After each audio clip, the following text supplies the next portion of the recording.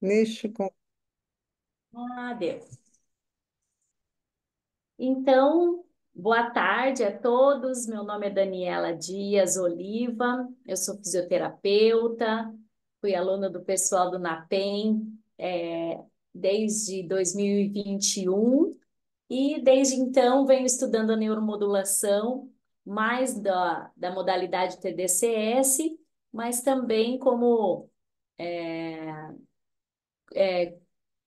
co-profissional numa clínica de neuromodulação aqui em Londrina, cidade que eu moro hoje. Esse trabalho que eu vou apresentar hoje, ele é um artigo que está dentro desta grande revisão, né? Essa revisão de escopo.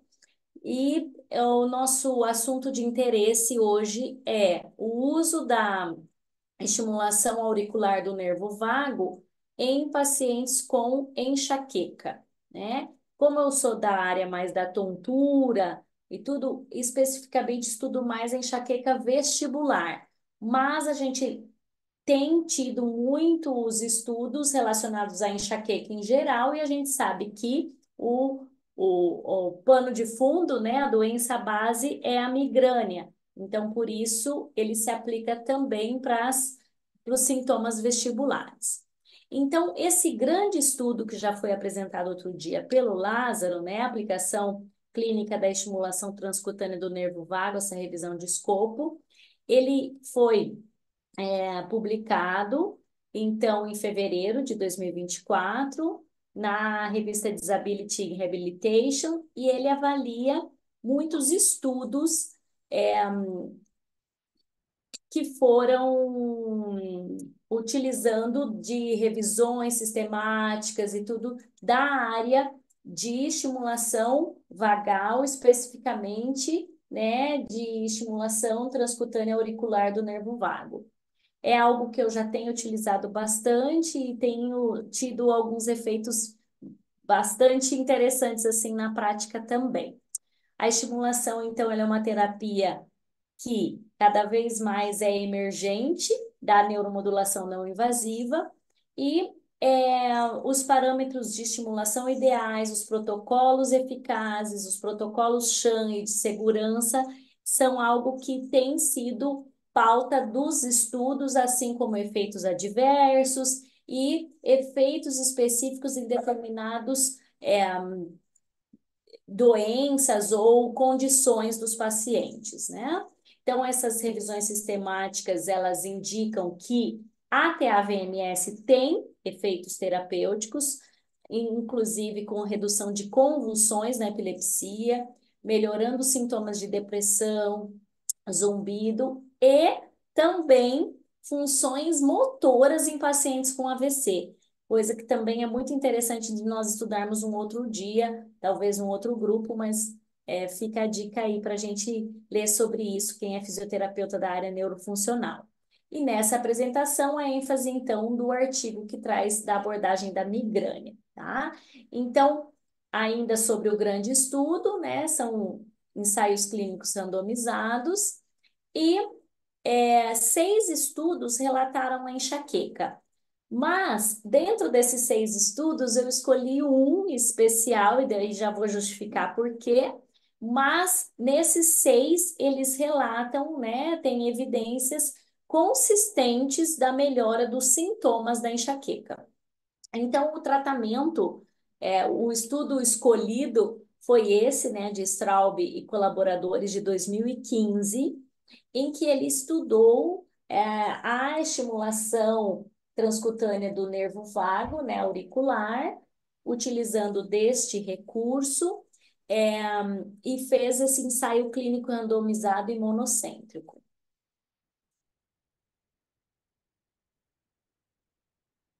Ele mostrou que o, a estimulação com 1 Hz teve um efeito, inclusive, mais significativo dos sintomas de enxaqueca em relação à estimulação de 25 Hz, que é que Lázaro, eu, Catarina, a gente mais utiliza essa de 25 Hz. Então, acho bem interessante que eles fizeram um estudo E essa estimulação de 1 Hz era no sentido de dizer assim, ao invés de estar desligado o aparelho do efeito Chan, então colocariam o efeito de 1 Hz como um grupo simulado, esperando-se que esse fosse o controle que pudesse ter, então, mais implicações, mais efeitos com 25 Hz.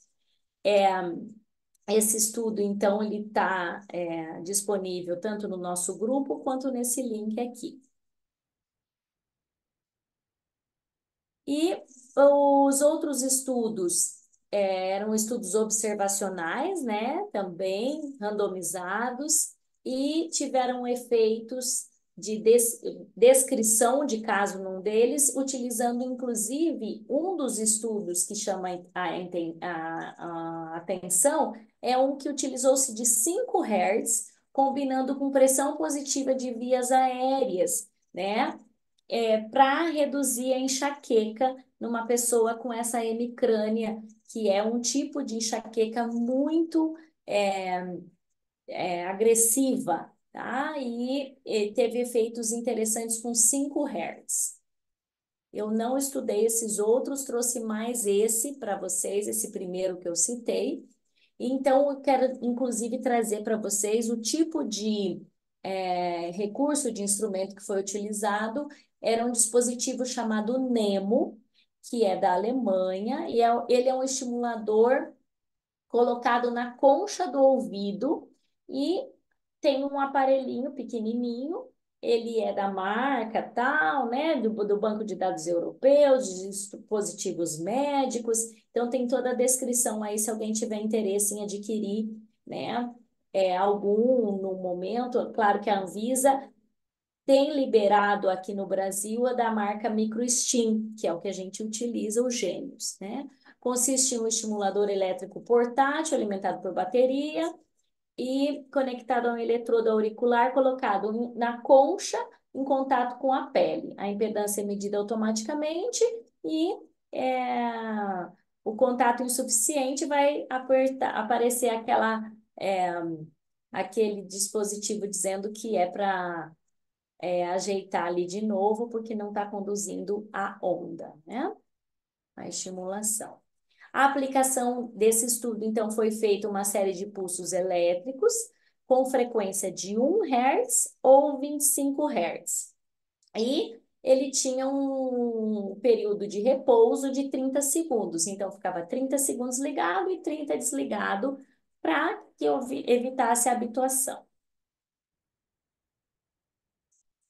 A intensidade do estímulo ela era ajustada individualmente durante a própria estimulação e eram feitas visitas para ajustar qual seria um estímulo que não fosse doloroso, mas que fosse com formigamento intenso, né? Para que ficasse nessa janela de estimulação mais eficaz. E eles estimulavam, que é uma coisa muito interessante também desse estudo, por 4 horas ao dia, coisa diferente do que a gente faz no consultório hoje, né? E como eles tinham o aparelho, eles estavam livres para estimular por 1 hora, adicional também, se eles achassem que fosse é, importante por causa de alguma enxaqueca aguda, alguma cefaleia aguda que tivesse.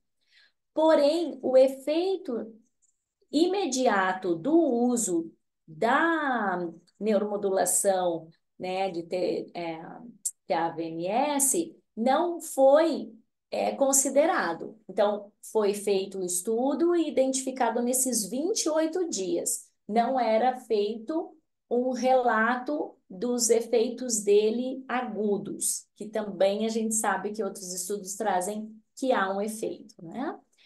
Os parâmetros de estimulação de 25 Hz também foram de 4 horas diárias, do mesmo jeito, né? E o protocolo muito semelhante ao de estimulação do nervo vago para pacientes com epilepsia. Aí já falei. E a medida de desfecho, então, como citei anteriormente, era uma média de dias de dor de cabeça nesses 28 dias. Um dia de dor de cabeça foi definido como um dia de calendário com dor de cabeça, quando ele tivesse mais do que 4 horas de duração, ou aquela dor de cabeça que, quando ele tomasse uma medicação, ele teria abortado aquela crise, né? Como se acontece geralmente, tá?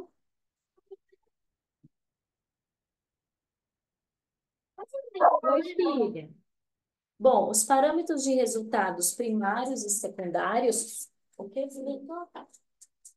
Pode. Uhum. Tá. A porcentagem de respondedores, então, eram os sujeitos com redução de pelo menos 50% nos dias de dor a cada 28 dias, da linha de base até a avaliação. Então, eles também fizeram um desfecho secundário, além do resultado de número de dias com dor. A alteração da intensidade também média da dor de cabeça, em dias com dor de cabeça, alteração nos dias com ingestão aguda, nos medicamentos para dor de cabeça, alteração na incapacidade de um dos dois instrumentos de medida que foram utilizados, os questionários MIDAS, que é o que a gente bastante utiliza, e o RIT-6, que é sobre um inventário, né, da presença dessa enxaqueca. E número tipos de eventos adversos. Então, vasculhando um pouco mais os efeitos dessa pesquisa. A análise estatística foi o teste U de Mann-Whitney e o teste exato de Fisher. Análise de desfecho com ANCOVA, os grupos de 1 versus 25. E sexo com variáveis categóricas e valores de linha de base como covariável.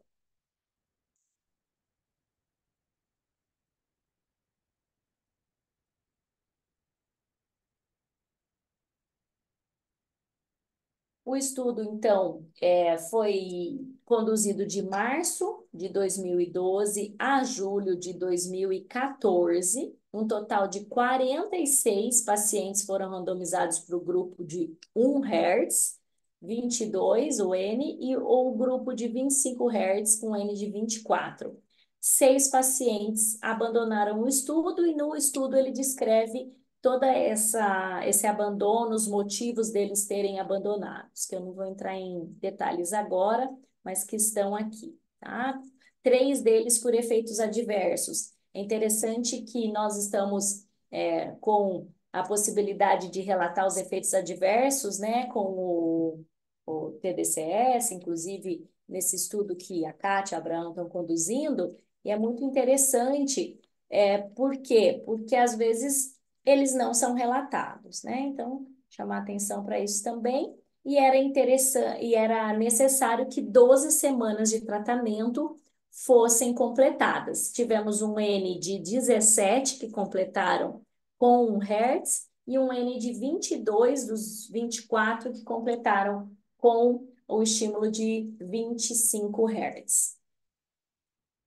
E aí, então, mais um, relembrando, né? Então, usava-se orelha esquerda, 4 horas por dia, por 3 meses, 2 grupos, um de 25 e um de 1 Hz, o dispositivo é chamado Nemo, e a conclusão desses 40 participantes, então, tiveram a melhora de 7 dias por 28 dias, 36, né, 0,4% de linha base, esses de 1 Hz, enquanto que o grupo de 25 Hz teve diminuição somente de 3,3 dias, com redução de 17,4% de linha base, né? Então, em 28 dias, 7 a menos sem enxaqueca e de 28 dias, 3 a menos sem enxaqueca. O grupo maior, então, de melhoria de mais de 50% nos dias de dor de cabeça foi o de 1 Hz. E 29%, desculpa, considerado 29%. E 25 Hz foram 13% que relataram, então, a melhora de mais de 50% dos dias de dor de cabeça. A intensidade da dor de cabeça não foi significantemente alterada pelo TVNS, são dados já dos desfechos secundários, e não houve diferença entre os grupos quanto à intensidade da dor de cabeça. O número também de dias com ingestão de medicamentos para dor de cabeça, bem como as pontuações MIDAS e HIT-6, foram significativamente reduzidas em ambos os grupos, considerando, então, também a importância de usar ou de 1 Hz ou 25 Hz, tendo um efeito muito importante aí na necessidade de tomar um remédio para dor de cabeça ou não. 50% então de dor, já falamos, e 13% de dor nos de 25 Hz. Então, uma grande vantagem da prática da estimulação auricular do nervo vago é a boa tolerabilidade, porque é um estímulo tranquilo de se ter, para comparação, então, com o uso de topiramato, porque tem estudos que dizem o quê? Isso na discussão já, né? 1 em cada 4 pacientes desiste do uso de medicamentos profiláxicos para as crises de enxaqueca, como no caso, o topiramato.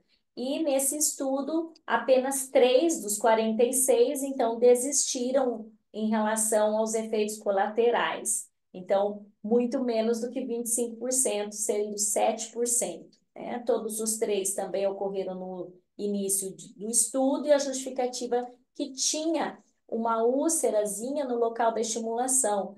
E depois disso tudo, talvez pelo contato, teria que ser visualizado outras hipóteses, nesse caso, inclusive o uso de uma orelha bilateral ou da contralateral, cada dia em uma orelha, né? Então, efeitos adversos que poderiam ser bem conduzidos se não fosse no caso de um estudo. É que no estudo não se pode trocar, né, o método aí a ser aplicado, mas na nossa prática clínica, sim.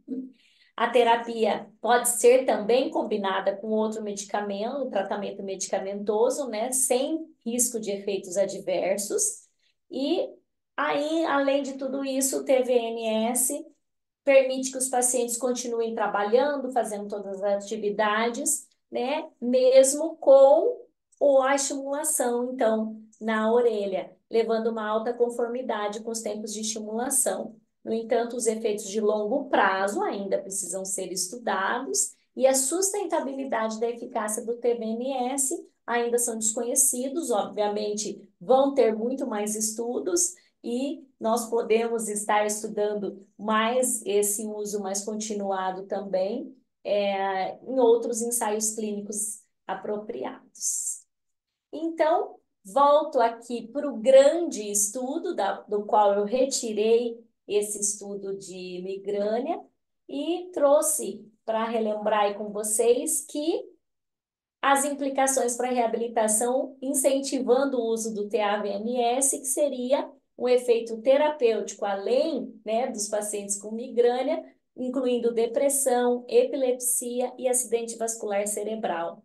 Há uma indicação preliminar de que a duração da dose e a duração geral do tratamento são importantes, então, identificarmos qual seria a dose, a necessidade de uma dose diária ou não, né, sendo esse paciente instruído a comprar um aparelho, né, por exemplo, de estimulação elétrica, né, e ao usar o TAVMS como intervenção, tem inúmeros questionários, mas incentiva-se muito que a gente faça uso desses questionários para, né, a comparação do pré e pós e não e a administração também e anotação dos efeitos adversos. As palavras-chave desse grande estudo eram VNS, neuromodulação, estimulação transauricular e reabilitação. E esta, então, é a apresentação desse estudo, para que a gente possa conversar um pouquinho sobre, né, o uso da estimulação nos pacientes com enxaqueca. Muito boa apresentação, Dani. Quem puder abrir a câmera, eu entendo que tem gente que não consegue, mas seria bom para a gente poder discutir algumas questões. Eu queria te perguntar, né, porque eu não sou da área de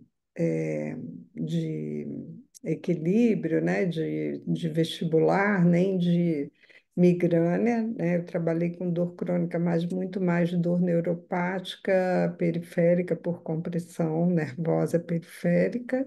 Então, não tenho experiências nem muito conhecimento na área de migrânia, mas com certeza é um problema de saúde pública, né, que afeta muitas pessoas. Eu mesma, durante minha fase produtiva na vida, sofri de muita enxaqueca, Hum, e entendo perfeitamente que é um problema grave, porque é muito incapacitante, Incapacita. principalmente com as altas intensidades e a frequência. Então, eu queria te pedir, fazer algumas perguntas para você agora falar sem ser olhando para o artigo, da sua Sim. prática clínica, né? Como você vê essa coisa da escolha da frequência, né? 1 Hz e 25 Hz. Quando você já viu, porque eu vejo que os pacientes são diferentes, tem gente que você usa um protocolo inibitório e ele não responde bem, aí você vai para um protocolo excitatório, responde bem. E outros são exatamente o contrário. A gente ainda tateia, assim, né? Vai tentando achar o melhor resultado para o nosso paciente real e na pesquisa a gente vê que existe essa dúvida. Qual é a melhor frequência em casos específicos, né? Com protocolos individualizados na sua prática clínica? Usar 1 Hz ou usar 25 Hz? E a segunda pergunta, bom, responde essa, depois eu faço outra. Tá bom. Então, é um assunto de interesse meu, porque a minha filha tem 9 anos, né? E começou com sintomas desde os 3 aninhos, eu imagino que ela tinha até bem antes. E ela tomava muito leite, leite, leite, leite. E provavelmente já tinha uma intolerância assim e desencadeava muita enxaqueca nela, a ponto dela falar das auras, né? E depois do curso, eu comecei a utilizar nela. Então, ela com. Nós estamos em 2024, ela estava com 6 anos, né? Então, comecei a utilizar nela e os efeitos eram, assim, muito interessantes. E usava sempre com 25 Hz. Então, eu nunca usei com 1 Hz. Por isso que foi curioso esse estudo, e aí o Lázaro me ajudou a fazer a escolha dele, e ele disse, Dani, veja esse, de repente, por quê? Para lançar essa opinião da gente, como precisa de uma organização, às vezes essa estimulação sutil, né?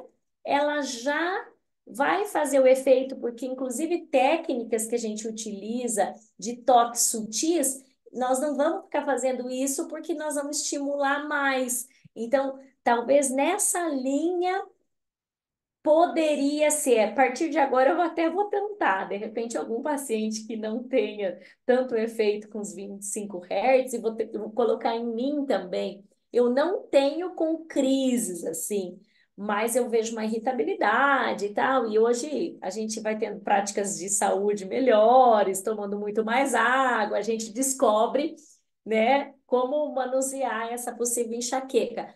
Mas é sim, é uma novidade para mim, 1 Hz também, Kátia. Ah, você tá mudo.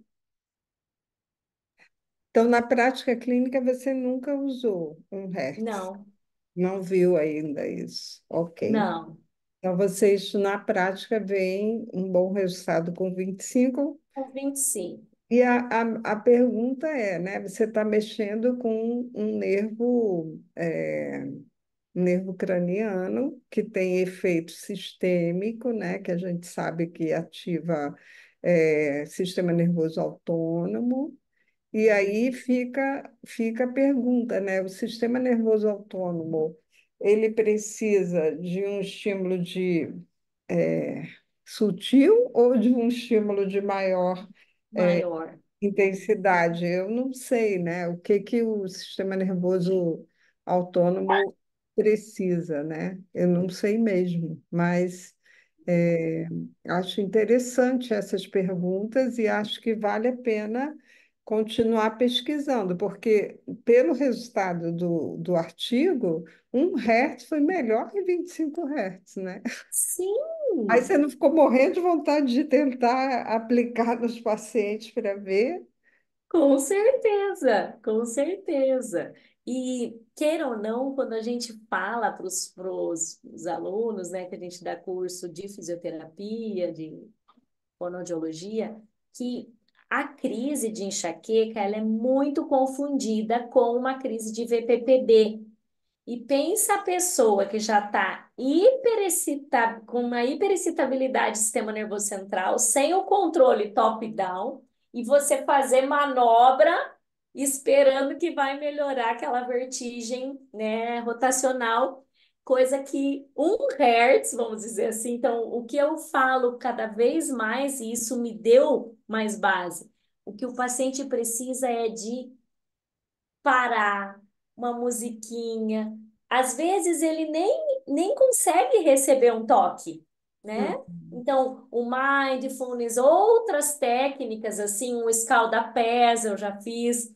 E, por exemplo, me coloquei a fazer escalda-pés na paciente, ela começou a chorar, assim, desesperadamente. Ela dizia: Eu não acredito que você está sentada aí no chão fazendo um shiatsu no meu pé e um escalda-pés. E aí aquilo também faz vazão de outros Uhum. fatores que possam ter levado a essa crise de enxaqueca, né? Ou levado ou perpetuando, né? Porque uma vez que você está diante Perpetuando. Exatamente.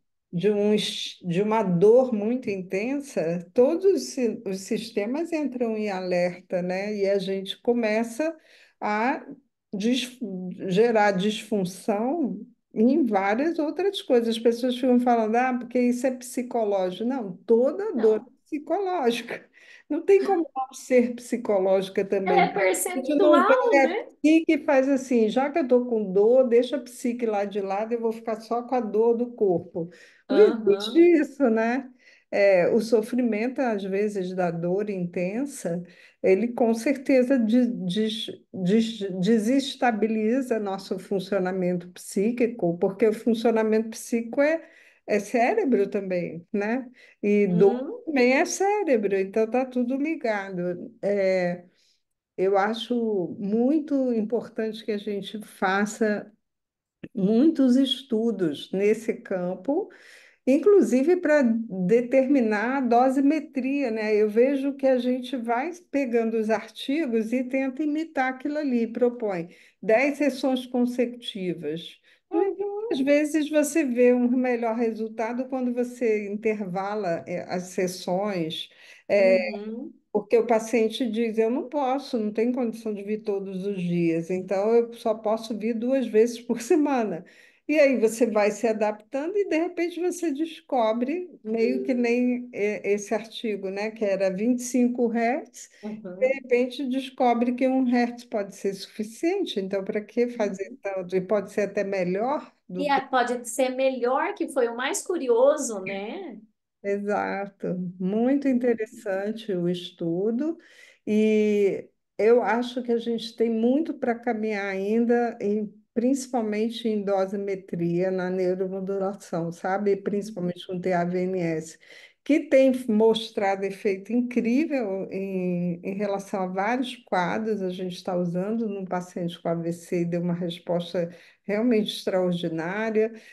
Com depressão também estou usando e vendo respostas incríveis, melhor até do que medicamento, né? Então, eu tenho a impressão de que a gente ainda não sabe qual a melhor dose, né? Por quanto tempo de duração, qual a frequência ideal, né? Como esse estudo está uhum. mostrando, todos os Até mesmo 4 horas, talvez demais também, parâmetros. né? Ou de menos, enfim. Se é melhor intervalado, é melhor dias consecutivos. O que que o sistema nervoso autônomo, o que que ele faz com esses estímulos, né? Quais as melhores respostas? Muito interessante mesmo.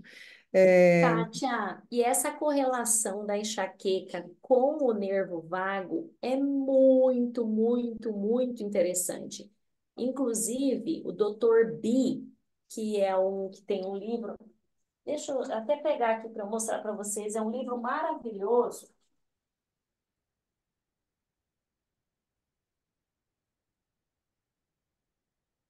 Esse aqui, ó, Victory over Vestibular Migraine.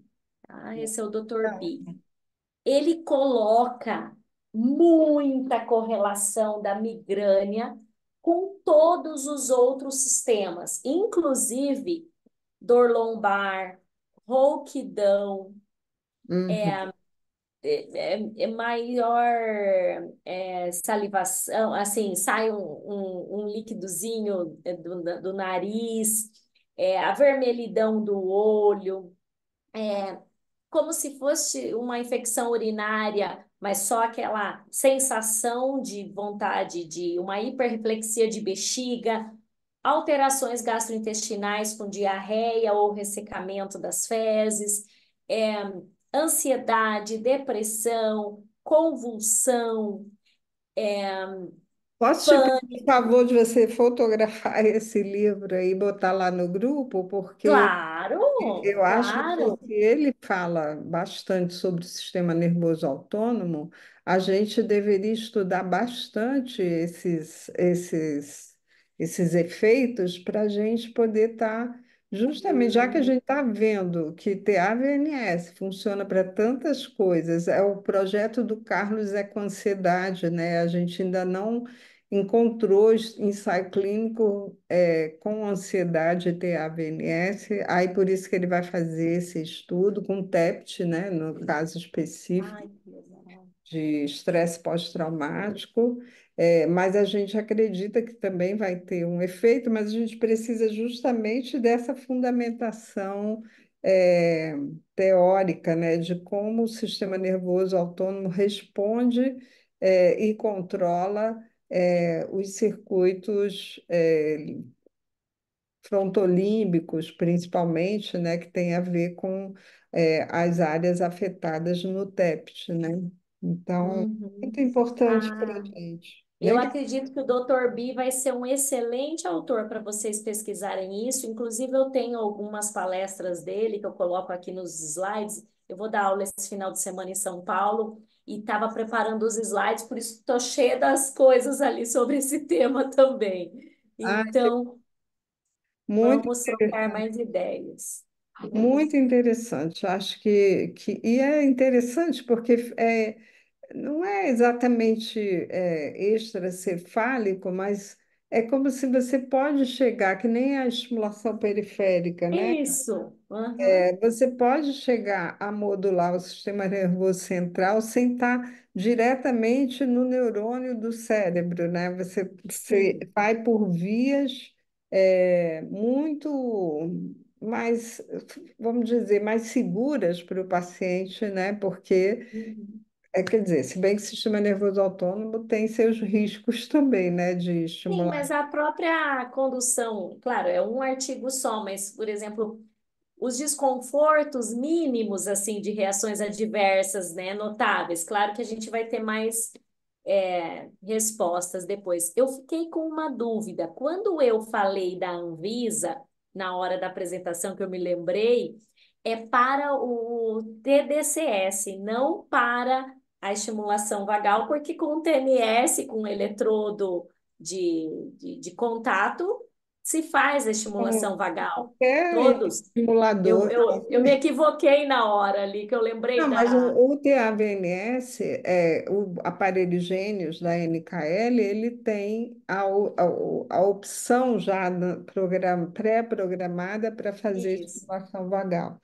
Enfim, mas, enfim, é uma coisa. Agora, Em relação aos desfechos, né? Eu no início eu fiquei assim, ele está olhando para os respondedores e não respondedores, teve uma perda de segmento, não fez intenção de tratar, né? Eu acho, não sei, Uhum, eu vi isso, não reparei se ele usou os dados, eu não encontrei esse dado lá. uhum. Mas aí eu fico pensando, mas acabou que depois você mostrou que ele, na verdade, avaliou vários desfechos. Mas para a Inclusive os parte estatística, secundários, né? Que eu acho que ele fez bem feito para não ser tendencioso de só melhorou esses ou não, poderia ser ao acaso também, né? é, não, eu acho que ele tratou estatisticamente, mas sempre que a gente vê assim um estudo que avalia muitos desfechos, é como se também, por outro lado, aquilo que você espera que melhore no paciente pode não melhorar, mas aí eu mostro que melhorou isso, aquilo Entendi. outro. Mas eu gostei, eu acho que o principal, né, pensando no lado do paciente, é que ele fique com menos dias de sofrimento, né, e que ele diminua a intensidade. Eu entendo Uhum, e dê mais liberdade para ele ter participação social, né, para ele poder viver a vida de uma forma uhum, geral. Eu acho que qualquer tentativa científica tem que estar buscando oferecer isso para as pessoas, e eu acho que ele acabou, que ele mostrou que realmente pode ser uma ajuda, né? Não é não é uma coisa milagrosa assim que vai curar, né? uhum, Tem muita gente que não melhorou, mas eu acho que é mais uma alternativa. Como a gente sabe que os pacientes não respondem igual, você pode dar o mesmo medicamento que para um funcionou muito bem, para o outro não vai funcionar nada, né? É, por, por exemplo, o sistema neuroimune, né, também nessas questões das enxaquecas, eu nunca respondi com os remédios próprios de enxaqueca, né, Neosaldina, não sei o que, nunca tive resposta para isso. Tinha que tomar 4 para ficar assim meio grogue para poder fazer algum alívio, porque era muito uhum. intensa a dor. Sabe o que que eu respondia super bem? Anti-histamínico. Então, Ah, cada um é único, é. vai ter respostas diferentes, né? Tanto a... Kátia, você vai gostar desse livro, porque ele trata exatamente isso. E ele trata também a importância de trocas de protocolos de medicamento. Não um sempre vai ser o bom, né? E Uhum. claro que com as classificações, se você tomar bem no iniciozinho dos sintomas determinados, ok. Mas depois que a crise já está instalada, tem que ser os abortivos mesmo, Tem que obviamente. ser, exato. Exatamente.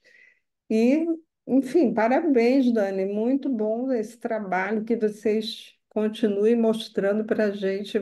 Pratique agora 1 Hz para ver o que acontece, a Uhum. gente poder aprender também com a experiência clínica, né? Porque a gente Sim. às vezes vê um artigo, acha super interessante, quando vai para a prática clínica, não é exatamente isso que acontece por vários fatores, né? Até às vezes aonde o estudo é realizado, que são condições muito diferentes das que a gente tem, né? Eu não Sim, sei no se o dia a doutor... dia, né? Exato, e também, enfim, ambiental, né? Tem climas, influenciam muito Uhum. o funcionamento, o horário do dia que a gente deve fazer estimulação vagal, né? Eu acho que tem muitas perguntas, cada vez mais perguntas para a gente responder, e que bom que vocês estão à frente disso, eu tenho certeza que vocês vão ensinar muito para a gente como ajudar essas pessoas, viu? Por favor, compartilhem sempre conosco esse conhecimento que é muito valioso, tá bom? Obrigada, Kátia. Eu quem agradeço a oportunidade também de estar aqui nesse grupo e estar estudando aí com vocês e aprendendo, né? Legal. Então, tá. Então, Então concluímos um pouquinho mais cedo. Já vou tomar um banho para ir para Londrina. também. Então tá, gente. Um beijo para todos. Vou salvar e depois a gente compartilha, tá bom?